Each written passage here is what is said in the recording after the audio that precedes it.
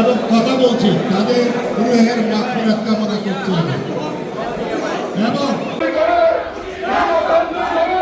ইলেকশনের মাধ্যমে ব্যবসায়ী সমাজের এই প্রান্তীয় প্রতিষ্ঠান পরিচালিত হবে।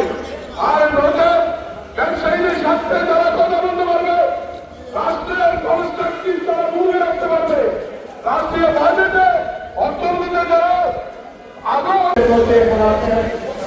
কামরুল মেট্রোপলিটন হসপিটালের ডাইরেক্টর চট্টগ্রাম বিজনেস ফোরামের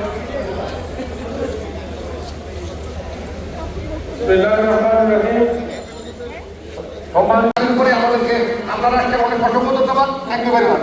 এখন আপনাদের সামনে বক্তব্য রাখবেন চট্টগ্রাম